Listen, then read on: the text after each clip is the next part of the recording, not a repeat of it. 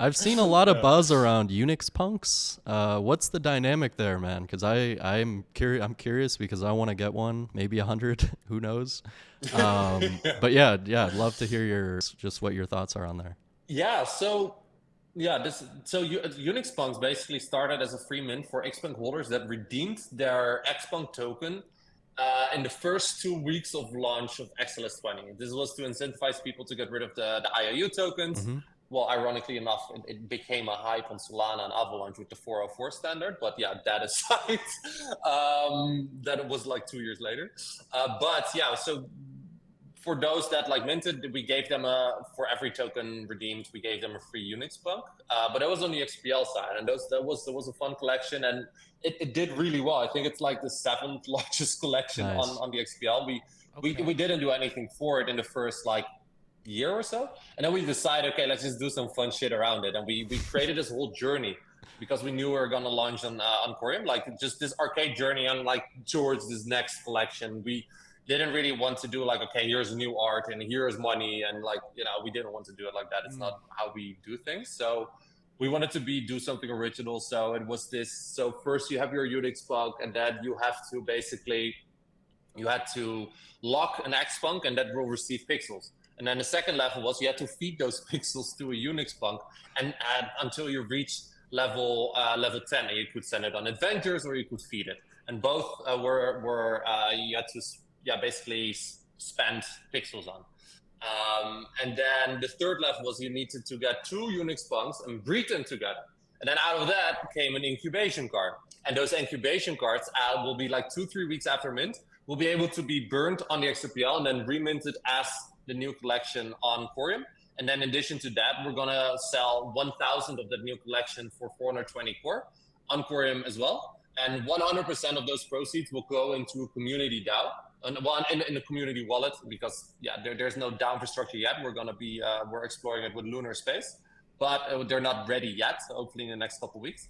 So we're gonna put it in a wallet very publicly, and then it's just gonna stay there until the community decides what they want to do with it. But yeah, 100% of the proceeds will go to the community.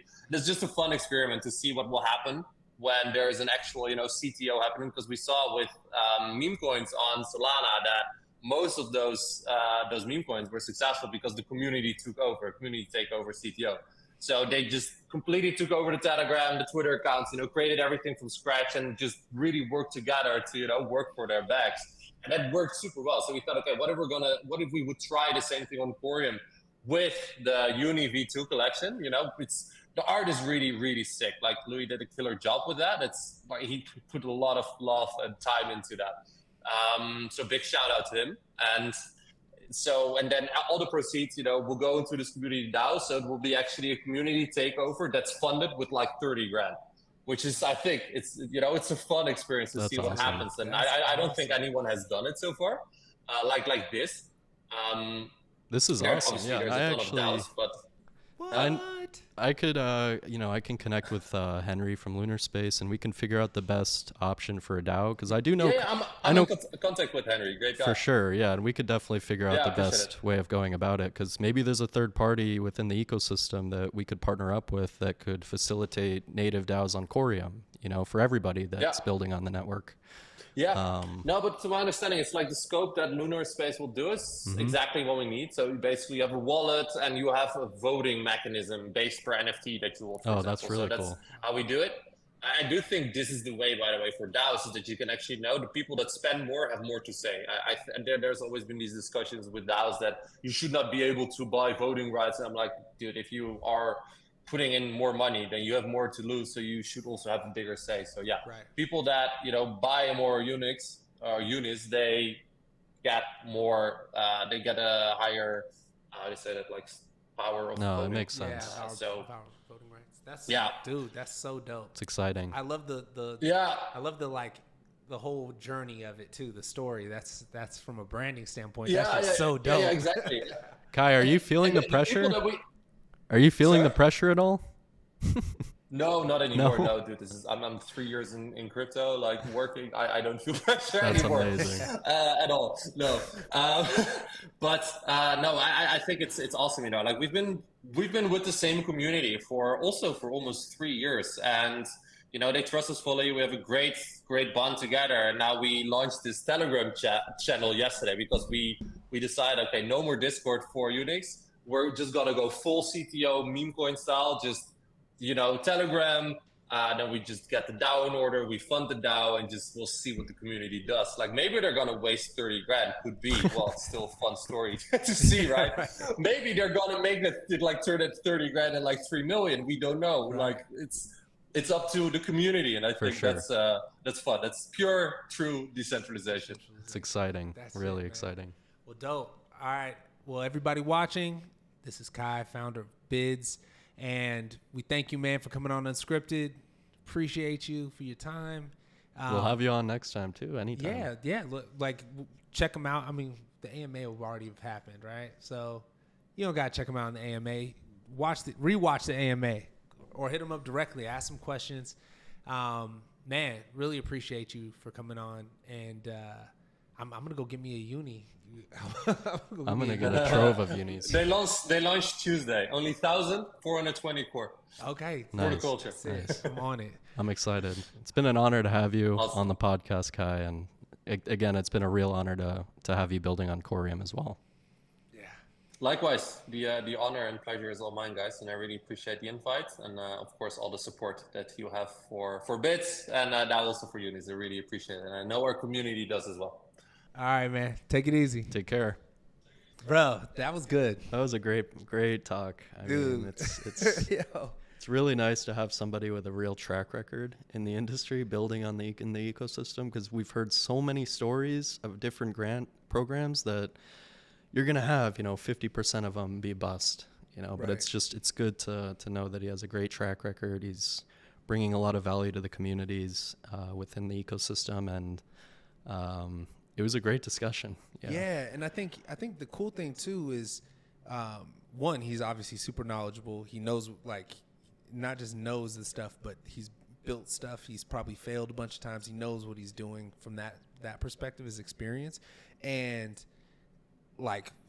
man, even just I told him the branding of the Unipunks thing, they really are thinking about all the different aspects, and he had great answers for all our questions. I thought maybe we were gonna stump him with something or something, dude. He's on top of it. That was really dope. If passion and motivation can be in a person or be a person, that would be Kai. Yeah, And really, you can tell he loves what he's doing. He really believes in what he's doing. What's kind of crazy, and I should have said this to him. So I have a son on the way, and his name, my fiance, wants to name him Kai. Wow, That's a coincidence. So when we said that, he's like, "Yeah, call me Kai." I'm like, "Dude, what? That's amazing. Crazy." So that was a great talk. I mean, I'm super excited about these. I messed around with the meme coins. Now I think I might try the NFTs. I think the NFT route, I feel a little bit better about it. I think the community around it is a little bit cooler. Yeah. And it's not so much about just pump and dump and can I make some money, which I feel like meme coins, you kind of lean towards that. Definitely. Smart NFTs on Coreum. I mean, I think that's going to be awesome. Being able to have these different functionalities, and I'm really interested to see some of these use cases with NFTs when it comes to how they want to, how different businesses and different communities decide to add value to their product or their project using these smart NFTs. I agree. And we talk to a lot of different businesses on a daily basis talking about this specific function in blockchain. And it's just good now that we have bids, we have an outlet for these different businesses, even project owners that can launch their own collection with utility. There's one use case that we were thinking about with food vouchers. I think tokenizing food, whether it's a case of water or a bag of rice, that's a good way to get people into a good incentive for people to venture into this ecosystem, because it is an advancement, so I think we should be using it to its highest extent. And I think public goods it's a good way to showcase that this technology is a public good. Yeah. It's open sourced. Yeah, for the most part.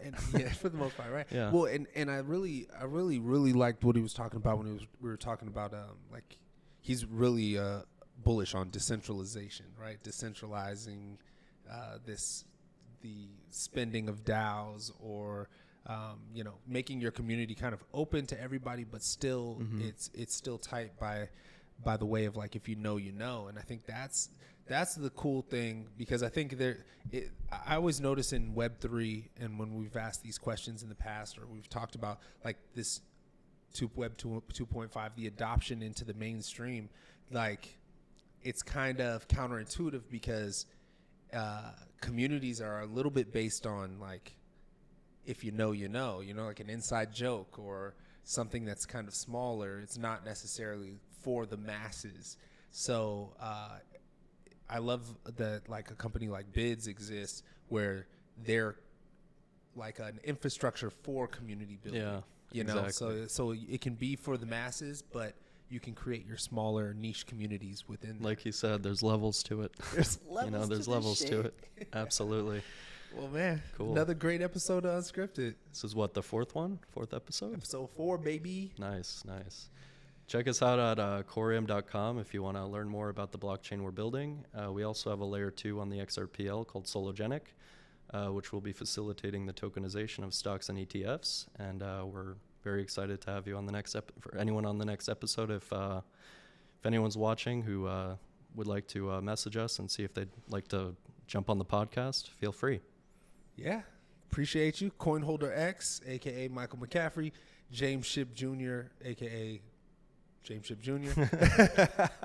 We appreciate y'all for watching. Till next time, peace.